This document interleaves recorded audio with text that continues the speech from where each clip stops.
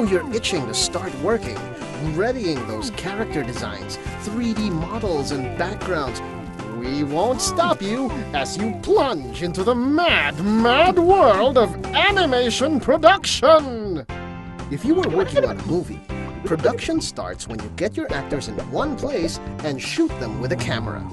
In animation, it's the time when you gather a boatload of people and tell them to start making drawings and models move. And what makes up this boatload of people?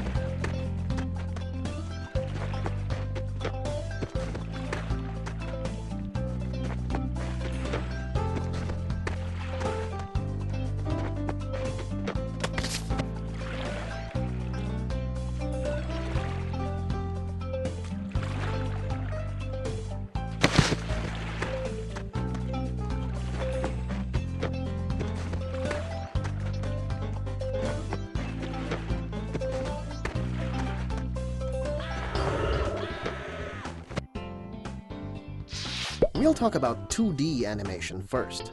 2D animation follows several steps. Begin by making the layouts of the animation. Characters in action are in the character animation layout. Backgrounds in the background layout.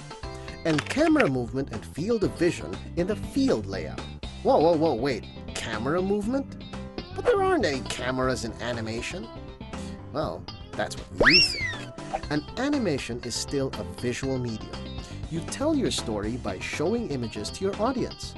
Each image is composed by an imaginary camera. A camera you use when you start animating your scenes. And just like a real one, the distance, angles, and movement of this imaginary camera make effective storytelling. The long shot reveals information, establishing your central character and the environment he's in. But because things are far away from the audience, they are not able to make an emotional connection with them. The full shot gives less information about a character's surroundings than a long shot. But more details about the character's personal appearance are revealed, making a more emotional connection with the character. Medium shot moves closer to the character, just a couple of steps away.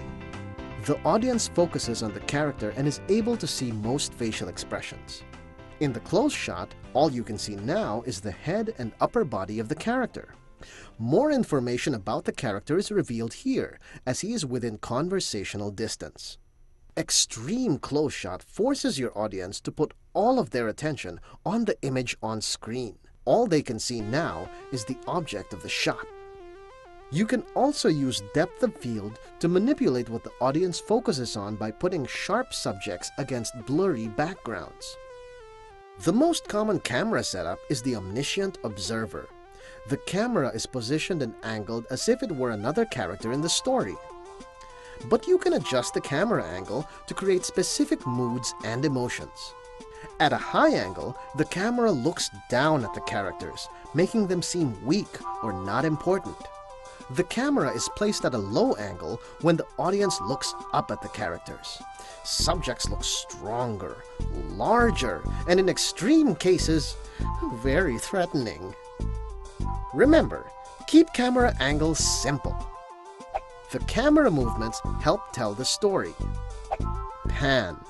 The camera moves horizontally from one side to another to show the setting or to follow a moving subject. Tilt. Similar to the pan, but moves vertically, up or down. Dolly. The camera is on a track, moving towards or away from the stationary subject. You can combine the dolly with a pan or a tilt. Tracking. The camera is either handheld or on a track, following a moving subject. Zoom. Just like tracking, but it's the camera's lens that changes to give the impression of moving towards or away from the subject. Rack focus. With the camera's lens, the focus of objects shifts, making the target object sharper and clearer than the rest of the elements in the frame. Now we go back to making the animation. When the layouts are approved, begin making the key animation. The key animator does the key drawings that indicate the extremes of a movement. Lip synchronization and facial expressions are developed at this stage. It is better if your key animator is assigned to animate one character to maintain consistency and better develop character personality. Don't think your animators are crazy if you see them acting in front of a mirror. Doing this helps them to better capture the emotions and range of a character's movements. Your animators are lazy, smart people. They want to draw as little as possible, so they make layers, with each layer representing an element of a scene. One layer can be the character's face, while the next layer can be his mouth that change together with the dialogue. And so they won't get confused, they write this information down on the X sheets. When your animator has finished making the key animations, he does a line test to test the overall look and motion. The drawings are then given to a cleanup artist.